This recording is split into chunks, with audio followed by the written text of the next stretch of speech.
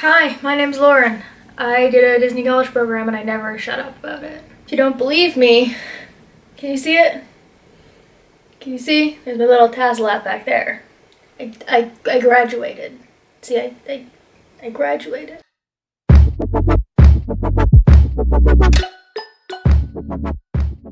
I've seen these in the past.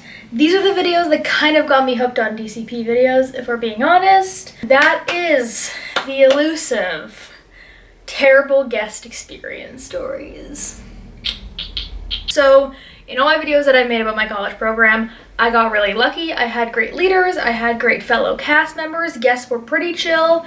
The nice thing about the water parks is I feel like everyone was kind of on a vacation from their vacation there. A lot of people that were at the water parks were either on like really long 2-week stays from the UK, or they wanted a dining deal, so they had to get like a Park Hopper Plus ticket. So the water parks, people were pretty relaxed. The only time that people got like genuinely really mad at the water parks was the night that we had a glow event and we got rained out and no one could go in the water and we didn't give refunds. That was my nightmare. I did not get paid enough to do that. But besides that, I never had problems at the water parks. So my regular job, easy peasy. Everyone was really nice. It was a good time. There was days where I just like hung out and got to give people tours of the water parks because it was slow. It was good. But Magic Kingdom, on the other hand, oh boy, working at Magic Kingdom. I mentioned this in my last video, and I said, spoiler alert, no one wants to work at Magic Kingdom, and that's because you don't. Nothing against Magic Kingdom. I appreciate it as a guest. It's still probably one of my least favorite parks, I'm not gonna lie. But I appreciate Magic Kingdom. I get why people go. It's like the Disney park of Disney World. It's fine. But because of that, I feel like people have this like next level thought that Magic Kingdom is like perfect and magical and like this fantastic Disney vacation where nothing could go wrong. And because of that, people are actually 765 more times more crazy. Precisely that amount. I'm gonna share with you the story of the worst guest that I had all summer, and I'm literally like thinking about it because it was the worst night of my entire summer. It's mostly a family of guests, but this whole night was just like such a disaster. Like I said, I worked at a water park, but because I worked at a water park, we didn't have a lot of like training to do stuff at other theme parks, so I picked up a lot of pack shifts. So for the first month of my program, I didn't, but the last half of my program, I worked like, I'd say every other week. At least I picked up a pack shift, so I was in Magic Kingdom a bunch. This was, I think, my third pack shift. I was by myself, and I knew what I was doing. I say I knew what I was doing because if you know Magic Kingdom, I feel like half the time you don't know what's going on. My first pack shift for sure with my friend Stephanie, who worked at Magic Kingdom. She was my roommate. No idea where anything was. Bathrooms, corn dogs, I have no clue. I would be like, do you have a map so I can help you? I didn't know how to get to where I was going on the shift. I didn't know where I was going in the hub. I didn't know anything. Second shift, a little bit better. Third shift, I felt fine. I felt like if I was in an area that I knew where I was going, I knew what I was doing, I got it down. I'll put up what I'm talking about here. So for pack, you have Magic Kingdom, and then it's a big circle. And then people are on all the outside spots of the circles. So you'll be assigned a number, and you'll be there to tell people to stand inside of the lines. Okay? Okay. I was on whatever side I'm pointing at right here. Whatever you see right here, that's where I was at. I was on the Tomorrowland side of Magic Kingdom, near the popcorn cart. And I'd been on this side before. This is the worst side. It's the busier one. You have Tomorrowland traffic, you have Fantasyland traffic, everyone's all over the place. No one understands why you can't let them go in the emergency exit lane. It's the side that's more difficult traditionally, I find, in pack. The person that was supposed to be beside me, so pretty much every, like, I don't know, 20 feet there's another person. The person on one side of me didn't show up. So that was where this all started. The girl on one side of me was her first pack shift ever. She was another international program student, and there was no one on the other side of me. And pretty much all you do at pack is there's lines taped on the ground that the full-time, part-time pack people put out. And if you're picking EHH up at pack, you're just telling people to stay inside or outside the lines, whatever way you see about it. And the reason that we do this, because you need to have an emergency exit because there's one like main area on Main Street that if an ambulance has to come down, they go down that way, so that stays completely clear. And then we want an exit, so if someone like, I don't know, is sick, if a kid is screaming, if someone needs to leave the area, if someone's like lost their kid or something like that, they want to have at least like a little pathway so you can go through. I don't know how to describe this without you physically being there, but if you were standing here, you'd be looking at the castle right here, and then it kind of wrapped around this way. And there's seating, putting quotes around it because you can't sit on it during the fireworks show. There's seating on the left-hand side, and people either needed to be pushed forward and to the left into one of like the little walkway areas, or to the right-hand side down the Tomorrowland Bridge. This area needed to stay clear. No one could sit. So pretty much 10 minutes before the show, you just go around, tell people, oh, unfortunately this is cleared, it's emergency exit lane. If you're looking for fireworks viewing, you can head down to the left. There's still an area up there, or you'll send them back towards Main Street, or they can go to the Tomorrowland Bridge and they can stand against the railing. All of them are pretty okay spots to see. There's trees in the way, pretty much everywhere. And if you're walking up to the fireworks 10 minutes before they start, you're not going to get a great view. That's just how Disney works. It's just the way it is. I had a couple people that were being like annoying already that night. And like I said, the girl who was supposed to be closer to the castle for me, she was the one that didn't show up. So I had this big area that I was covering, and I was still pretty new. I felt like I knew what I was doing, I was still pretty new. There was a family that came up, they had a double stroller, it was 2 kids, and they were young kids. They were probably like, I'd say between 2 and 5, both of them, maybe 2 and 6. They were pretty young kids. There's 2 kids, a mom and a dad. And I let them know, I was like, hey, just so you guys know where you are now, unfortunately, this is an emergency exit lane, so we can't have people standing here for the fireworks. You can move forward and tuck into the left-hand side, or you can go to the right-hand side for the Tomorrowland Bridge. And as everyone always says, they say, but if I go stand over there, then my view's gonna be obstructed, there's trees in the way. Yes, that's why everyone got here so much earlier, so there wasn't trees in the way. They were arguing with me. They moved a little bit. I was pacing back and forth because I was covering 2 spots. I thought it was fine. The show starts, and I'm further back. I walk forward, and I see this family has come back, and they're in the middle of the walkway.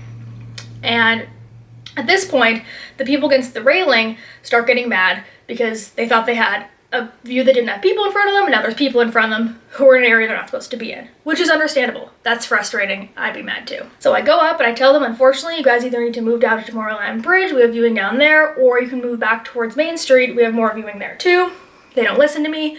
The woman behind them then starts yelling, and she starts saying that none of us are doing our jobs, and that you need to get more cast members here, and that I'm not even trying to get the people to move, and I'm not telling them to move enough, and that she should do my job and she could do better than me, and that I'm terrible at my job, and I need to get every single cast member on this side of the park. I'm trying to explain to this woman, I have talked to them, I'm trying my best, I'm trying to get them to move. Everyone is in a spot for a certain area so we don't flood the whole area, so unfortunately I can't get the entire team of pack to come tell these 2 people they have to leave. She just keeps screaming. She just kept screaming. She kept on telling me she could do my job better than me, and I was just like, then do it then. And then she tried. And she starts yelling at this family about how they've been waiting for hours and these people are in their way and they need to move and then I'm not doing my job. And spoiler alert, they didn't move when she asked them either. Shocking. She's freaking out, the family in front of them's yelling, and then they move to the left-hand side, which again, you still can't be there. There's lines on the floor. I've told you 4 or 5 times this time. You still can't be there. I walk up, I tell them very politely, unfortunately, this is an emergency exit. This is the side of the park that if there is some sort of emergency, an ambulance does come through this way. That's why you can't stand here, because they kept on being like, why can't we be there? There's so much room. I don't understand why we can't stand here. And like, I got to a point where I straight up was like, if someone gets hurt, this is the only way out. You can't stand here. And this woman,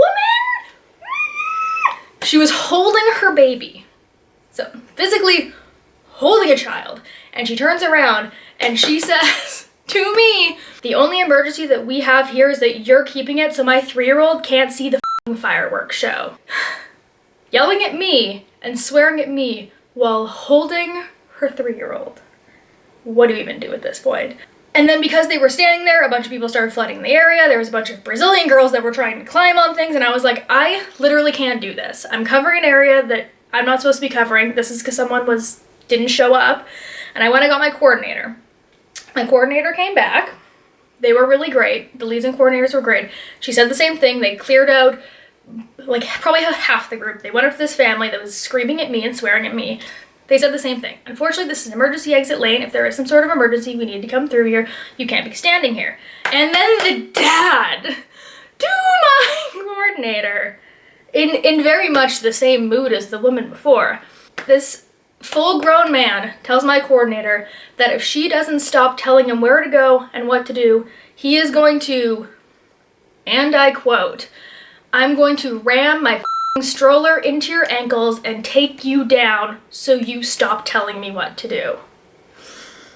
Just picture two full adults in their 30s, in their 40s. They were older adult human beings physically holding two small children, swearing at 20-year-olds in Disney World. I, at this point, was almost on the brink of tears because I was so frustrated.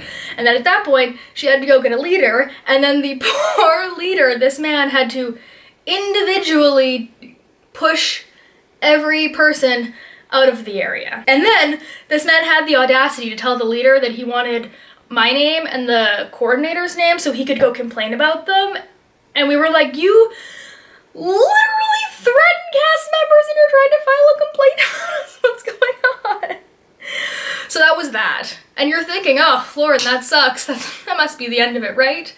No. After we moved all of these people out of the way, a family walked up into the exact same area that they just watched people be removed from. Like, they were standing at the right spot and they watched these people get moved. And they stood in front of me and I said, "Hi, unfortunately, you can't stand here. We did just move a big group out," because they always do that, "but I just saw people standing here." Yeah, and we just told them to leave. "Unfortunately, you can't stand here. It is an emergency exit. Blah, blah, blah, blah, blah, blah." Same stuff I said to 87,000 other people that night. And she just started, again, yelling at me. This woman and, like, her adult daughter. I was like, y'all are both full-grown women. Don't do this. She was getting mad, and at this point, the castle's where you are. I was facing this way. Hello. I was facing this way, and she was facing this way, and the fireworks show was like up here. Again, my favorite thing to do. If you slowly maneuver people so I'm the one facing this direction, and they're the one facing this direction, they can yell at me all they want, but guess what? You're still not seeing the fireworks show. So I just sat there. I turned her around, so I was enjoying a lovely viewing on a very clear night, happily ever after. And she just proceeded to lecture me about how I was ruining her life and ruining her vacation for 5 minutes while she didn't watch the fireworks show. And then by the time that she had stopped talking, I was like, "I'm so sorry. This is an area that is cleared for the fireworks show." And then there was the finale, and then it was over. Moral of the story, just go where cast members are telling you, or else I will move you, and then you will yell at me and still miss the fireworks show with an even worse view than if you would just listen to me. I just complained for 15 minutes. Hello, I'm Lauren, welcome to my channel. This is what I do here. So there you have it. There is my worst day ever as a Disney cast member. I cried. I wanted to literally, like, just walk away. I wanted to tell people off, but I didn't, because that's not what we do in Disney. It's fine. But there it is. I hope you enjoyed my misery. If you're a cast member, please, please, please tell me what you had as your worst guest experience, because I love hearing these. They're always just so absurd. If you enjoyed this, feel free to subscribe. I'm here all the time. I talk about Disney a lot. I talk about murder sometimes too. Depends on my mood. All my links to everything, as always, are down below. You can hit me up there, and I will see you guys tomorrow. Bye.